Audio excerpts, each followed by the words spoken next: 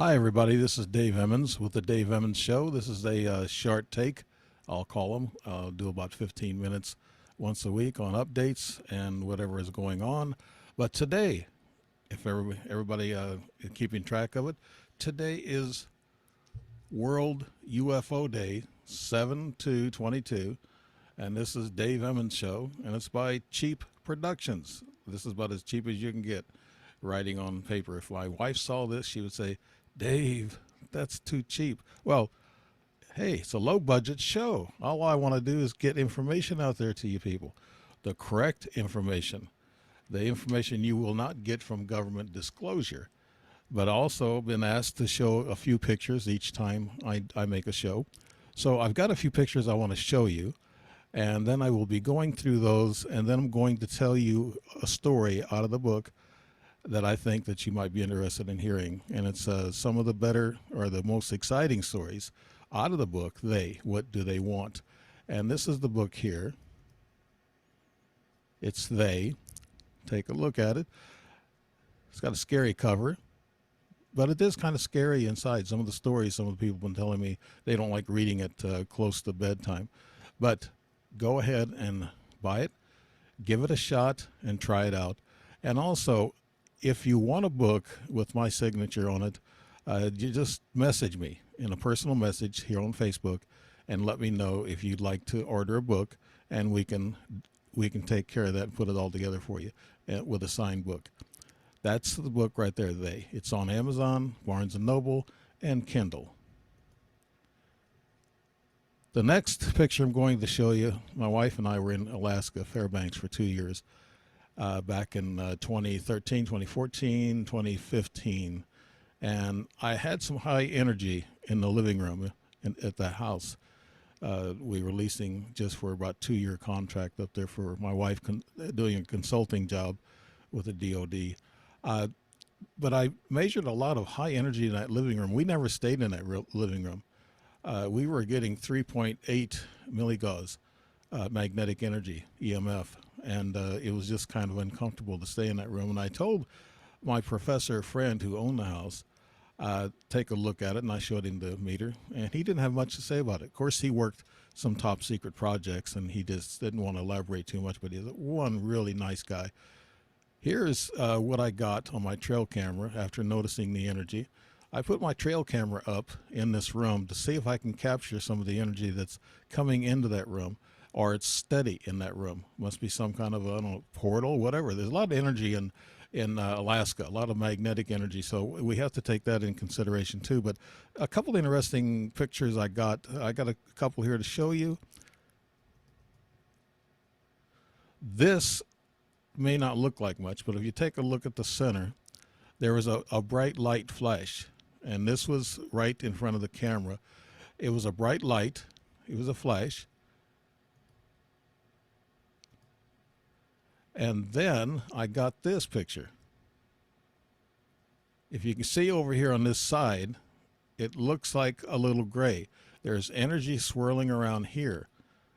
And also, this is the camera, and it looks like he was reaching for the camera. The way I'm looking at it, he was reaching for the camera, and he was turning the camera off or touching it to kill it, and he did. And it did quit taking pictures after that.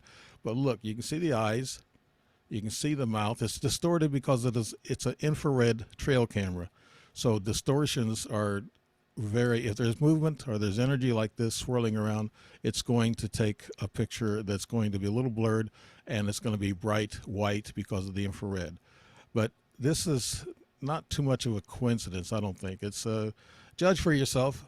You know, I'm not going to sit here and say, yeah, that's an ET. I'm going to put it on the front page of the newspaper, but it's quite interesting, let's say.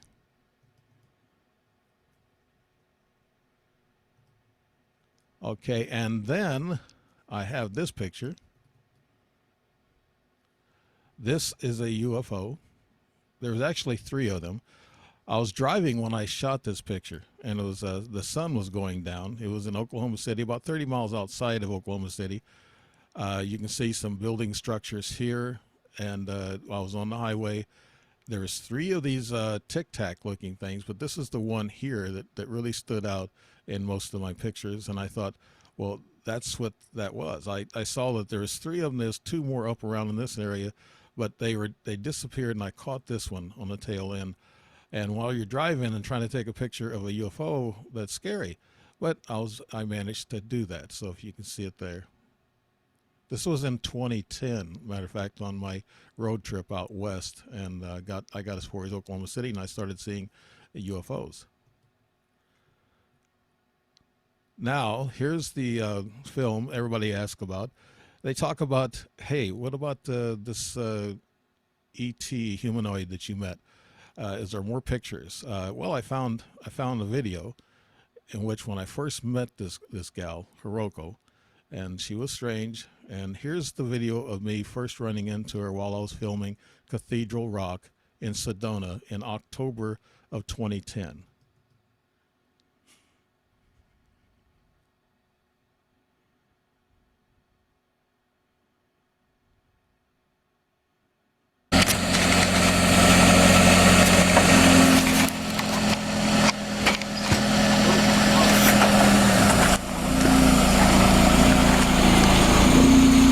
This is Cathedral Rock. They had a sighting here last night.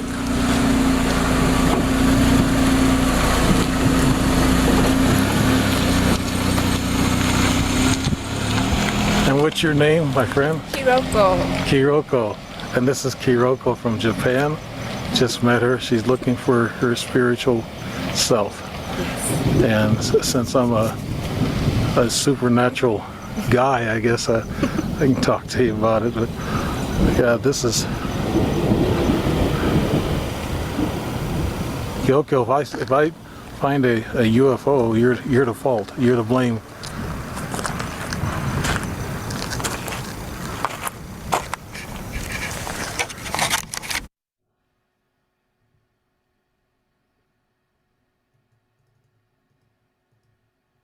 Now that video was taken when I first pulled in and parked, and I got out and I started filming with a Sony cam, and she pulled in right behind me, and she got out and come up to me like a little smiling puppy. If a puppy can smile, that's what she would be doing. And she come up to me and said we were supposed to meet, and this was after I got done filming.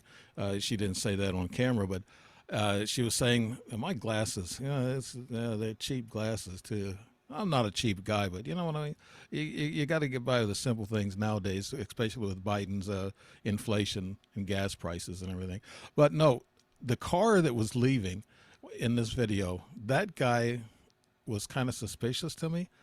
He looked like an NSA agent. He had some kind of a headphones on, and he was a close cropped hair, about in his late 20s, and he never looked at me. He never looked at my car. It was like he was listening in. And when he was taking off, you can tell Hiroko was looking at this car. It was just taking off. And I caught that, and I thought, well, she knows who that person is. That person was a watcher that was watching her, and either NSA agent or just a plain watcher that was taking care of her. They usually come in threes when they're hybrids, or when they're ET humans. They have security, and they have a caretaker, somebody who helps them maneuver and navigate through the human mess that we have here on Earth. And those are the 3 that I did run into. An older guy the next day that was a Japanese fellow that looked like he knew her, and he looked at me in a weird way. He was the caretaker, and this guy was an NSA officer or some kind of a caretaker. This here video that I'm going to show you next is something that just a lot of people don't get it. And I showed it to some people, and they said, Dave, don't show that video because it's dark, it's noisy, and you can't make it out too well. And so I'm going to show it to you anyway, but I'm not going to put any claims on it that it is real. It was taken in my kitchen in 2020. It was February 2020, and I had a trail camera on my kitchen table. And the reason why, and Linda Moulton Hall asked me, why did you have a trail camera there, Dave? I said, well, the night before, my motion sensors went crazy, and they were just going off every hour on the hour, just about, like it was timed. And I couldn't sleep that night. And the next morning at 8 o'clock, it stopped.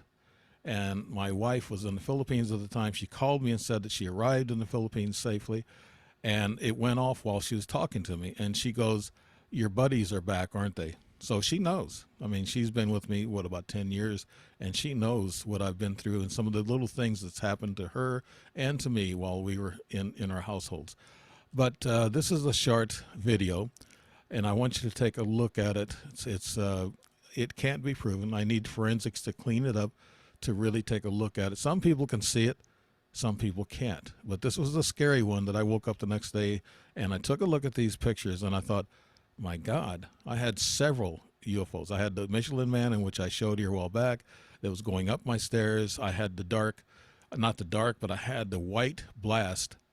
It's bright entity that come in my house. It was actually looked like it come through dimensions, and there was a line of energy and orbs is in my kitchen. And this here was the scariest one that I looked at the next day.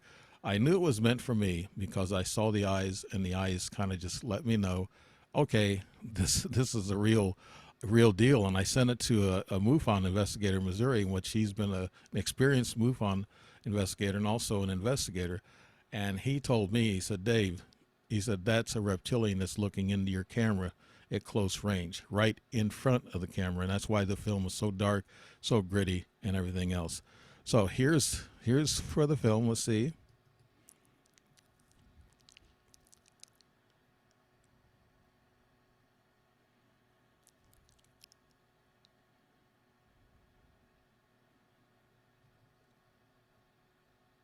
At the top, you can see this is his jaw.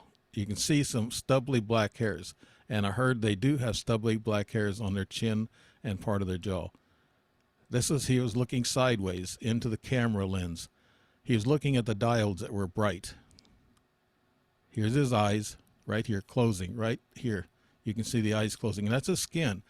It's a mottled skin. I don't know how you would call it, but let's run it again. The skin was not scaly. I had somebody argue with me about scales on a reptilian, but a reptilian a lot of times has this rough alligator-like skin, and you can see the darkness in it. And there's the black stubbles up here, the hair, and this is the side of his head, because you'll notice when his eyes come up, look down in this left corner, there's his eyes flash twice, his eyelashes and his eye. And we'll run it one more time since it's so controversial. Here it is again. His jaw area, the kind of dark spotted alligator-like skin, and the dark hairs that are sticking off the side of his jaw. He's raising up. Watch down here in the left corner. As he raises up, he looks into the camera here. There's his eye. There's his eye shining right there. And he looks in and he blinks twice. As you can see, he does blink twice in that. So that is my pictures and what I wanted to show you. And I just wanted to let you know that there's that picture again. There's that picture again. There's that. There's that. That. We'll just run through these. And there.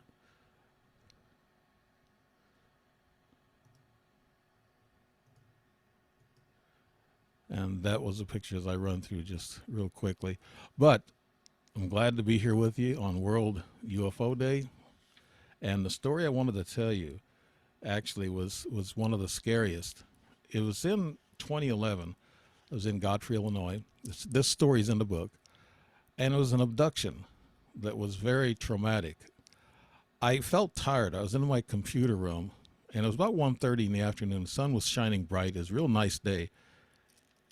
And the sun was shining bright, and I felt really tired. This is how it happens. They make you feel weary and tired. They're hitting you with some kind of magnetic energy. It makes you tired. I go in, lay on my bed, stretch my back since I got a bad back, and I stretched out. I had my left arm up against the headboard, and I was laying on my side, and I was wide awake. And then I heard all this crackling sound behind me. It was really like you took a big box of crackers and just crushed them, and it was right behind me. So I tried to look to my right, and when I did, it hit me in the shoulders. It was electrical charge. It just really straightened me out. It was like what happens when you get an electrical charge. It just straightens you out and numbs you. And my left hand was still up against the headboard, And I tried to move again, my shoulder, and it hit me again. And it was still crackling real loud. And then I froze. That time I couldn't move at all. I could move my eyes. I could look out the door. My door was open and the sun was blurring in. And I heard a voice in the hallway. It says, Dave, come on. You can do it. You can do it. Come on. And first thing come to my mind, that was my sister's voice. I call her Sissy. I said, Sissy, come to the door where I can see you. And she said, no, I can't. I said, come to the door so I can see you. She said, I can't. And then I thought, okay, what's going on here? That was my sister. She died 4 years before that. In 07, she died, and that was 4 years before 2011 when this happened. And I thought, this is very strange. And in my left hand, I was able to move my fingers a little bit, about halfway down to the second joint. And something popped into my hand. And as I felt of it, it was soft, had a soft palm. It was small. It was a baby's hand is what it was. I pulled down on the fingers, and there was 5 fingers, and I thought, this is a baby. Why are they doing this? Why are they showing me this? And I can only imagine through my past, I guess, engagements or experiences with these ETs, where I thought maybe they took semen samples throughout the years. This could be my hybrid baby. It was a quick thought. I was thinking about that while I was still very conscious and very, very much awake, knowing what was going on. Then, just the moments after that, something heavy sat beside me, right at my hip line. And the bed went down, and I said, oh my God, what is this? What's happening next? So I screamed out, God, help me. And I said, please, God, help me. And so they didn't, they didn't do anything at that point. But then just about a moment or so later, it all stopped. And then I was able to move. And I thought to myself, wow, what happened there? What's going on? What was going on with all that event? I got up out of the bed. I was really hyped up. Adrenaline was flowing. And I thought to myself, this is really scary. I hope this doesn't happen all the time. The electrical shock scared me more because it could stop your heart. But I guess they know how much to apply to you. I saw Dr. David Jacobs at a conference in Arkansas about just right after that. It was just a few months afterwards I saw him. I talked to him about it. He kind of chuckled, and he said, I said, why? You don't believe me? He goes, yeah, I believe you. He said, what you just told me has happened to other people with this electrical shock, this static shock. And he said, that is when they bring you back. He said, they're done with you. And I said, really? I said, I thought that was the beginning. He said, no, they were done with you. They brought you back, and that electrical charge was bringing you back to your bed where they took you. I said, oh, wow, that's neat to know. But that was scary. It was one of the scary things. Next time I'll tell you a little bit about my frozen episodes that happens once a year for the last 6 years. Happens it's the second week of August, first week of September, somewhere in there. Every year it's about the same time. And I just like to wish everybody a happy World UFO Day. This is Dave Emmons and the Dave Emmons Show. And look to the computer and look to Facebook and YouTube, and you'll find out who I'm going to interview next. I sometimes do this. I don't really schedule people ahead of time. I have a lot of people that I know, and these people are so great. I love to have them on my show. All my guests are great to me. They're always nice, always kind. And Michael Harn, the last one you just saw, as a matter of fact, his is still running. And David White is still running. Dr. Weldon's spiritual video is still running. So take a look at those videos. And I also have it was a movie. It was Abductions: The Answers. That movie I ran, and it was Bill Yost, and he was my guest. Mr. Yost was my guest, and a couple of weeks ago. That video is still running. You'll catch that on YouTube also. All these you'll catch on YouTube. I want to thank all my Facebook friends and all my social media friends, LinkedIn, Twitter. I'm also on. It's a new one, and I don't know how popular it's getting to be. So I'll just keep that quiet for now. But like I said, I'm on Rumble. That's the one that I'm telling you about. It's not as popular yet. It's still building, and I have all my shows on all those social media outlets. But I want to thank everybody and have a good day. Thank you. Bye.